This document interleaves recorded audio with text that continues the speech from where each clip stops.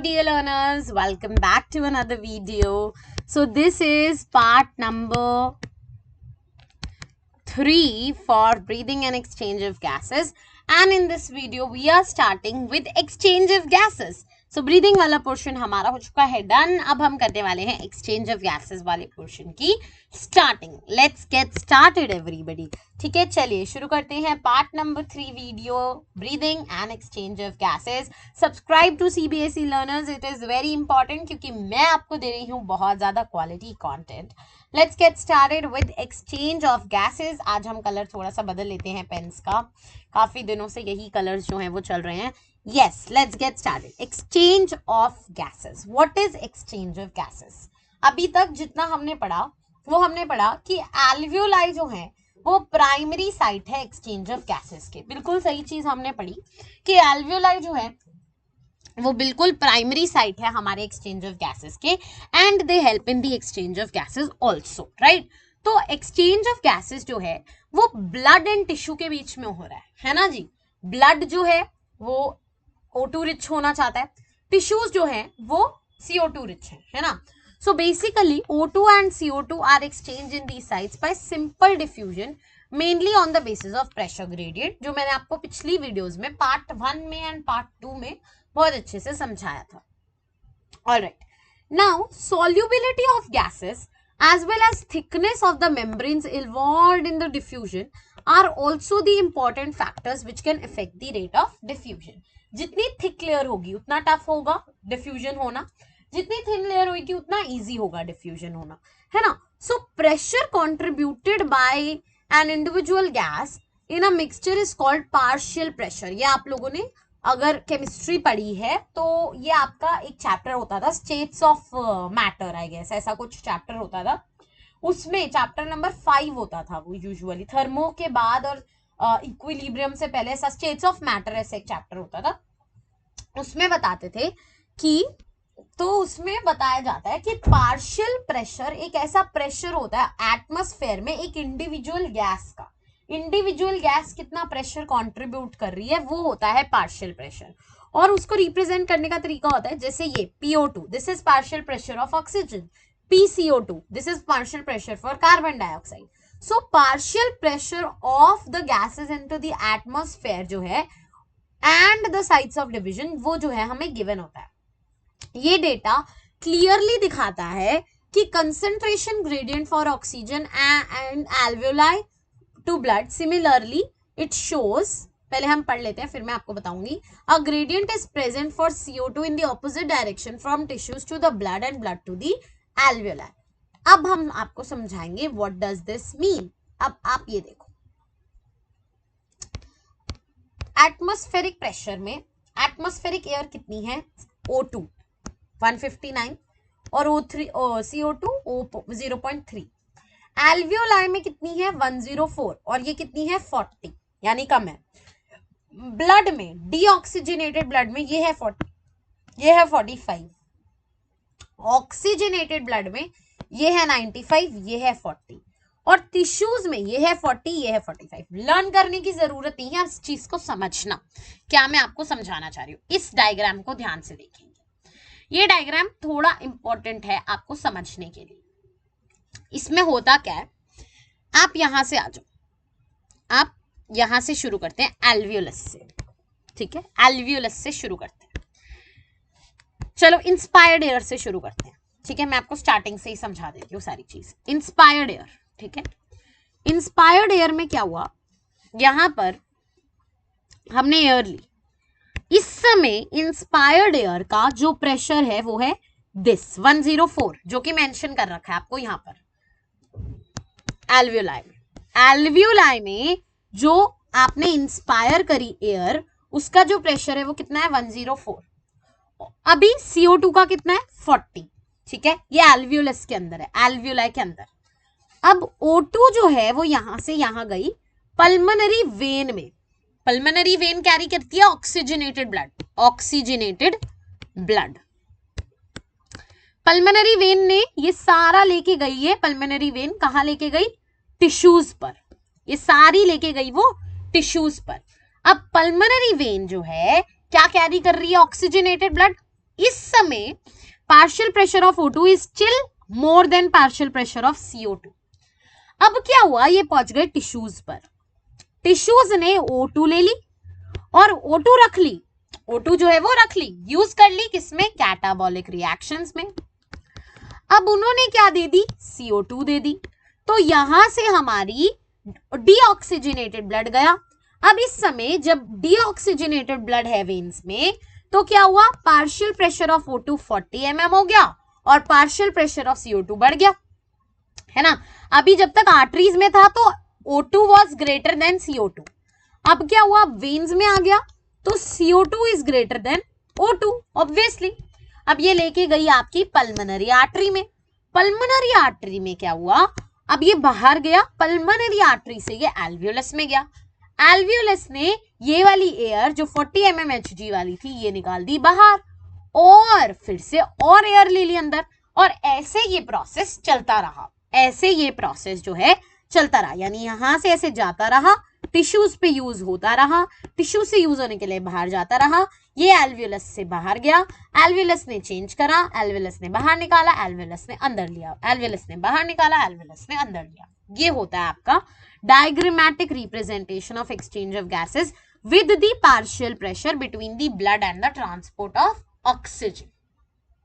समझे, समझ आया, कोई परेशानी, समझ आई कि नहीं आई, बिल्कुल क्लियरली समझ आई हर चीज, 100% फॉर श्योर। अब देखो, as the solubility of CO2 is 20 to 25 times higher than that of O2, the amount of CO2 that can diffuse through the diffusion membrane per unit difference is much higher than compared of O2. Thus, diffusion membrane is made up of three major layers, namely thin squamous epithelium of alveoli, the endothelium of alveolar capillaries, and the basement substance membrane supporting the squamous epithelium, and the basement membrane surround the single layer endothelium cells in between them. ये क्यों होता है, ये इसीलिए होता है ताकि CO2 अंदर ना घुस सके, ठीक है। However, its total thickness is much less than a millimeter, यानी मिलीमीटर से भी कम है। इसीलिए ये सारी ही चीजें जो है factors in our body and favourable for diffusion of O2 from alveoli to tissues, that is why this happens. अब समझ आया कि नहीं आया, समझ आया ये एक्सचेंज ऑफ गैसेस कैसे हुआ। तो आपके पास टोटल 3 लेयर्स हैं ताकि आपका जो CO2 है, क्योंकि वो ज्यादा हायर है, ज्यादा डिफ्यूज करता है, तो वो डिफ्यूज ना कर सके, इसलिए आपको 3 लेयर्स ऑफ प्रोटेक्शन भी दे रखा है।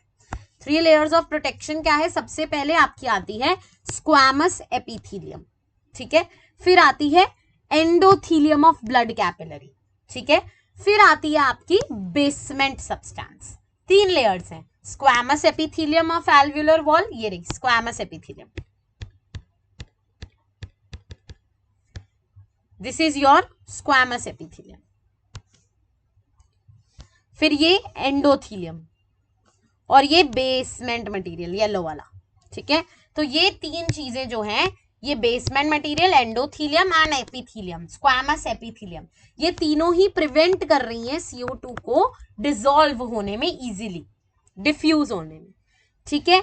अब हम आते हैं हमारे नेक्स्ट टॉपिक में, which is transport of gases, very important topic. आ जाओ, इजी है, ज्यादा टफ नहीं है ये टॉपिक, हाँ बहुत इजी है। अगर आप लोग अलाउ करोगे तो मैं इस वीडियो को 45 मिनट्स का कर दूंगी, जिसकी वजह से हमारा आज ही ये चैप्टर कंप्लीट हो जाएगा, ओनली इन 3 पार्ट्स, राइट। और हर पार्ट में मैंने सिर्फ आपके 30 मिनट लिए हैं, यानी कि ये 2 आवर्स से भी ऑलमोस्ट 2 आवर्स में ये जो चैप्टर है कंप्लीट हो जाएगा, उसमें भी उससे भी कम में, ठीक है।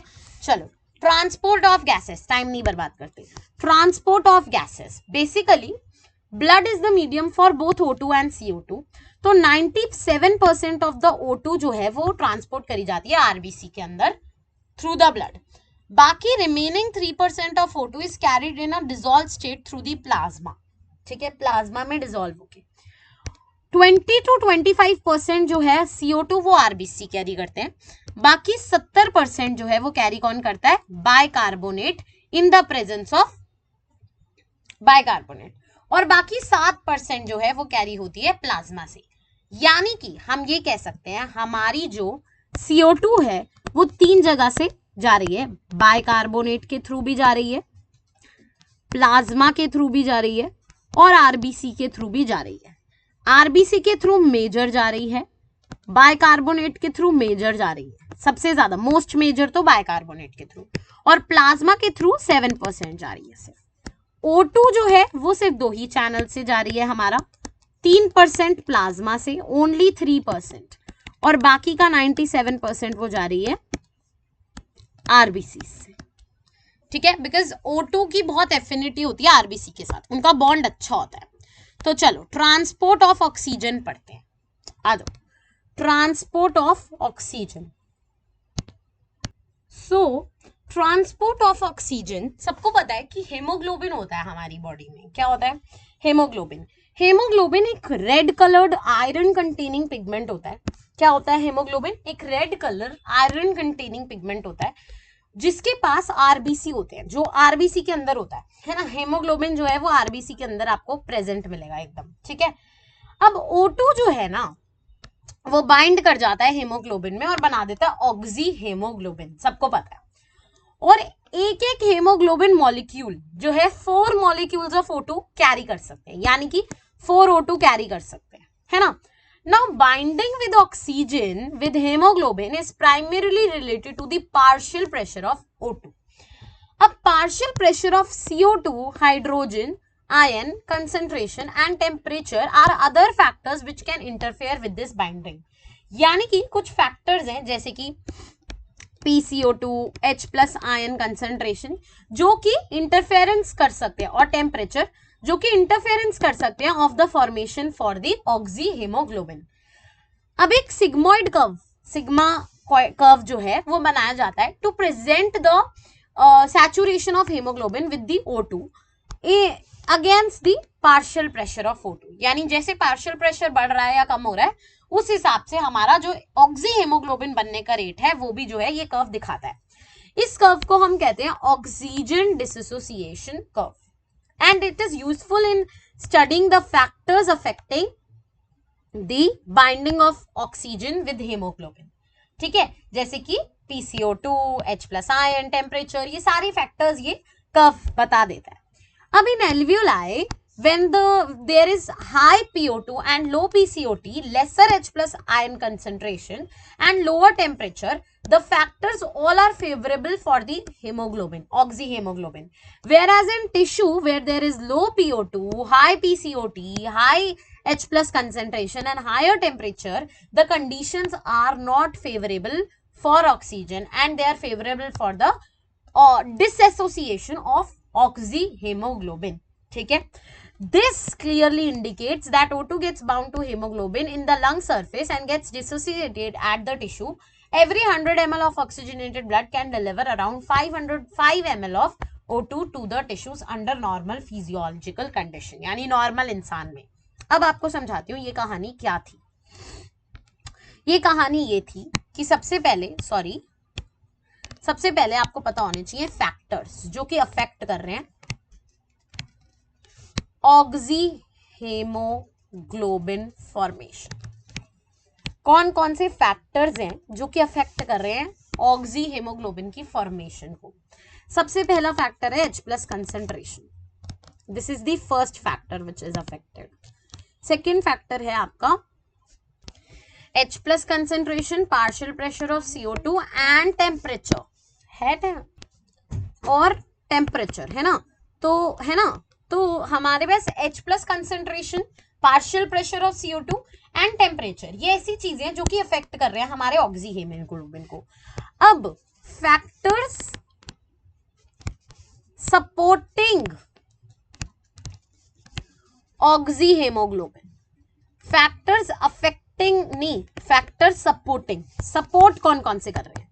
तो लो H+ कंसेंट्रेशन जो है वो सपोर्ट कर रही है, low partial pressure of CO2 support कर रहा है, एंड तीसरी चीज जो सपोर्ट कर रही है वो है हमारा low temperature.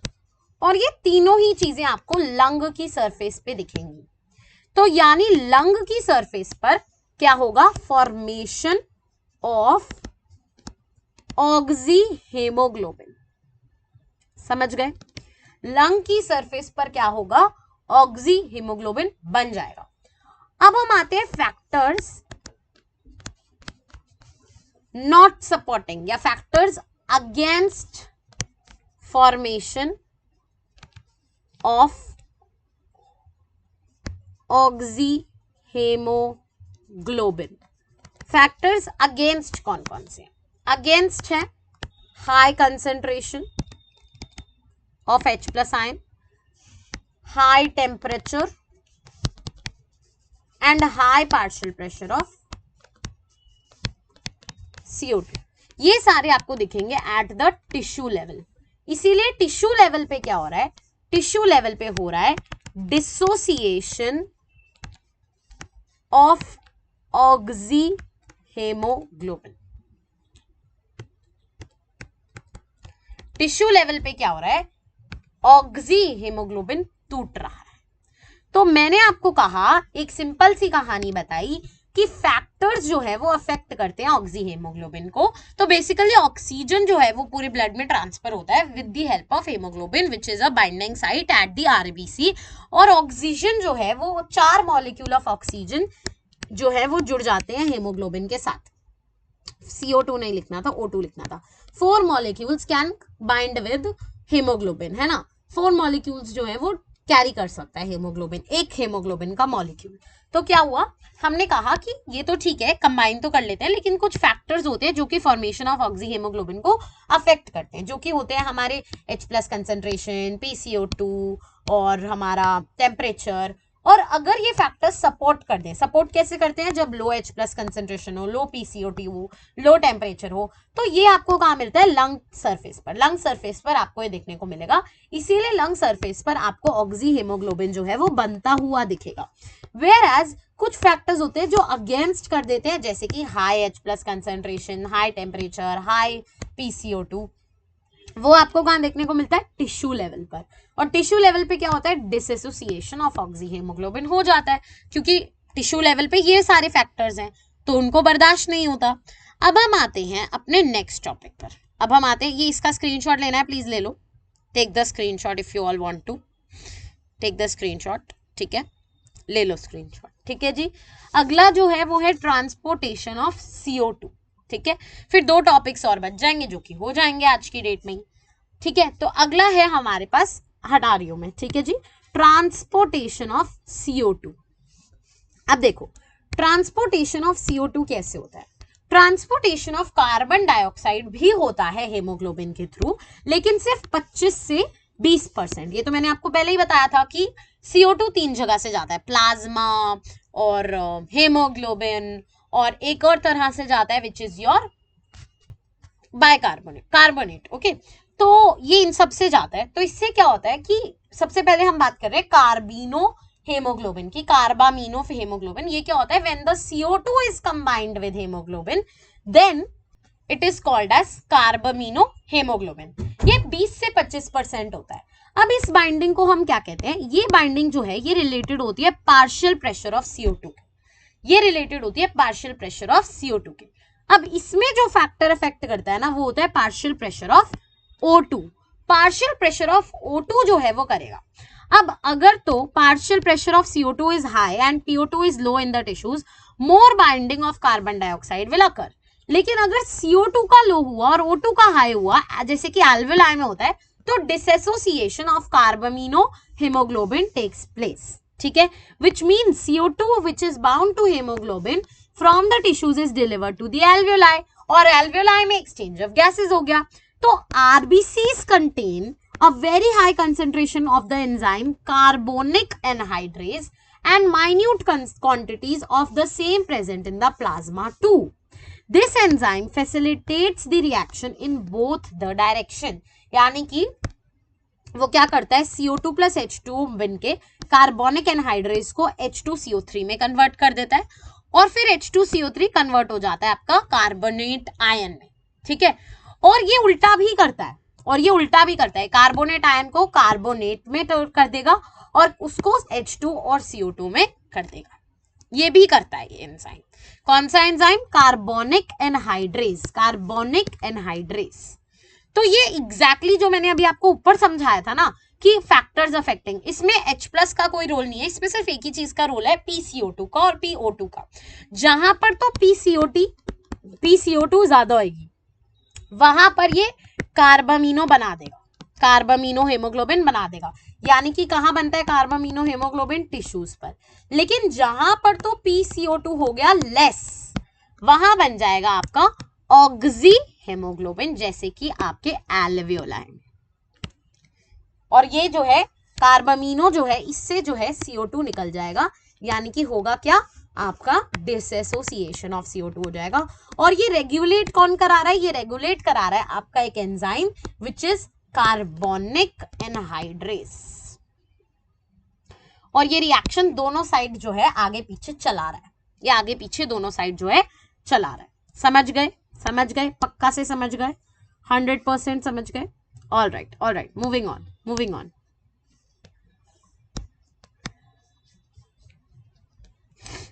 Moving on. At the tissue where the partial pressure of CO2 is high due to the catabolism, CO2 diffuses into the blood and forms carbonate ion and H+. At the alveolar side where PCO2 is low, the reaction proceeds in the opposite direction and CO2 and H2O are formed.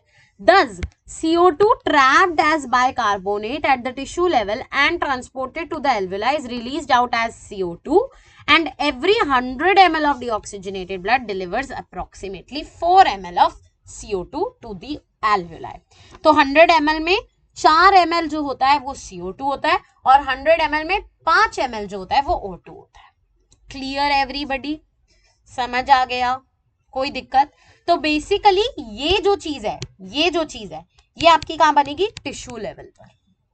और ये जो चीज है ये आपकी बनेगी alveoli में। और फिर एल्वियोलाई इसको नाजल पैसेज के थ्रू, कंडक्टिंग पार्ट के थ्रू जो है वो क्या कर देगा? आउट कर देगा।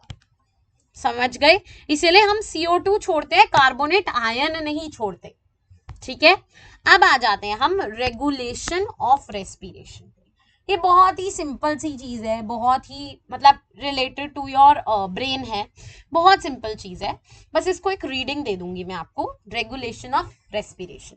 और फिर इसके बाद हम आ जाएंगे diseases related to your respiration system, जो कि बहुत इंपॉर्टेंट होता है। फिर चैप्टर खत्म। ठीक है, now human beings have a significant ability to maintain and moderate the respiratory system rhythm due to the body tissues की demands. This is done by the neural system. So एक specialized center present in the medulla region होता है, pons जिसको हम कहते हैं, of the brain called respiratory rhythm center is primarily responsible for the regulation. यानी कि respiratory rhythm center होता है हमारे brain में जो कि respiration कराता है. Another center in the pons region of the brain called pneumotaxic center can moderate the functions of the respiratory rhythm center. यानी कि respiratory rhythm center तो है ही, रेस्पिरेटरी सेंटर तो है ही, वो रेस्पिरेटरी सेंटर को कौन कंट्रोल कर रहा है? पॉन्स कंट्रोल कर रहे हैं। कौन कंट्रोल कर रहा है? पॉन्स रीजन, जिसके अंदर एक और सेंटर भरा हुआ है। ठीक है जी। Now neural signals from this centre can reduce the duration of inspiration and thereby respiratory rate. A chemosensitive area is also there. ठीक है, एक chemosensitive area adjacent to the rhythmic centre is highly sensitive to CO2 and H+ ion.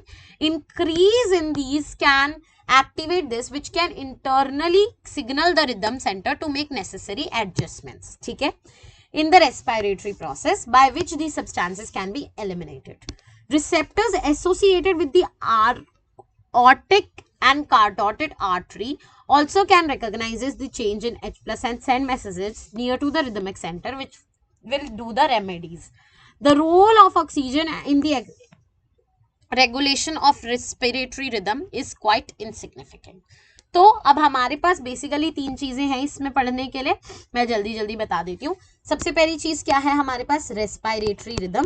Respiratory rhythm centre जिसको आप कह रहे हो, respiratory rhythm centre जो है वो आपके पास है। रेस्पिरेटरी रिदम सेंटर जो क्या है वो कहाँ प्रेजेंट है? आपके मेड्यूला रीजन में। क्या प्रेजेंट, कहाँ प्रेजेंट है? आपके मेड्यूला रीजन में।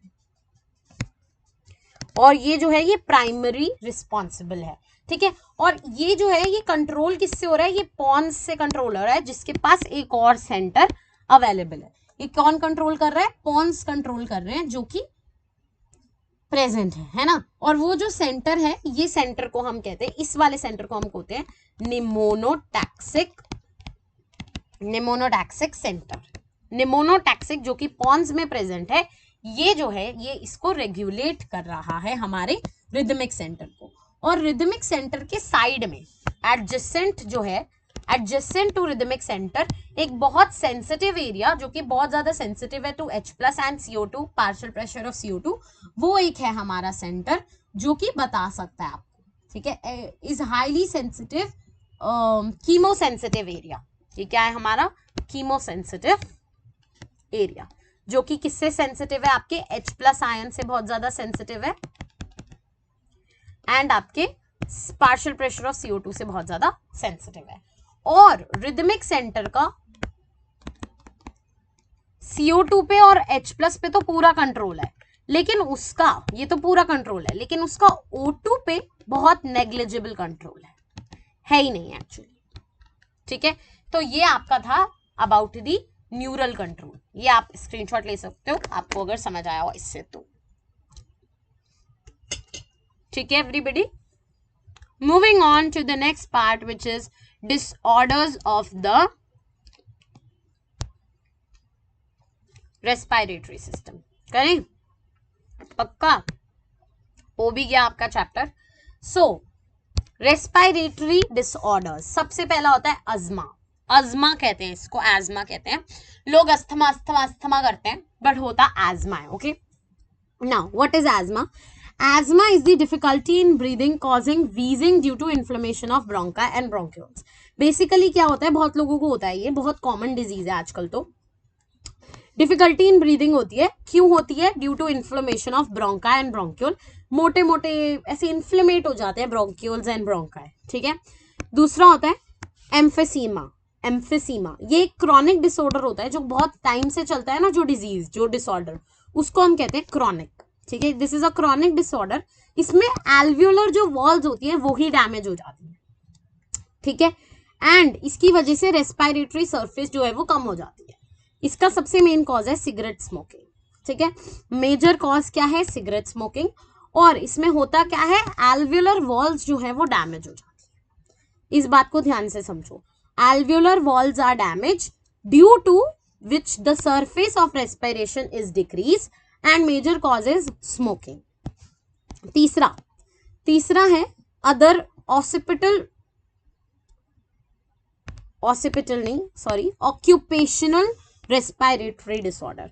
ये तब होता है जब कोई इंसान बहुत ज्यादा वहां काम कर रहा हो, किसी ऐसे एरिया में जहां पर स्टोन ब्रेकिंग करनी हो, ग्राइंडिंग करनी हो। कुछ इंडस्ट्रीज में ऐसा होता है ना, जैसे आपके लेबरर्स है ना, वो काम करते हैं। Long exposures can give rise to inflammation leading to fibrosis which is proliferation of the fibrous tissue, and ये बहुत ज्यादा lung damage. Worker in such industries should wear protective layers, है ना, प्रोटेक्टिव मास्क। ये होते हैं आपके ऑक्यूपेशनल रेस्पिरेटरी डिसऑर्डर, जो आपकी ऑक्यूपेशन की वजह से आपको हो रहे हो, बहुत ज्यादा डस्ट में रह के, किसी सर्टेन टाइप ऑफ इंडस्ट्री में रह के, सीमेंट में रह के, तो ये होता है।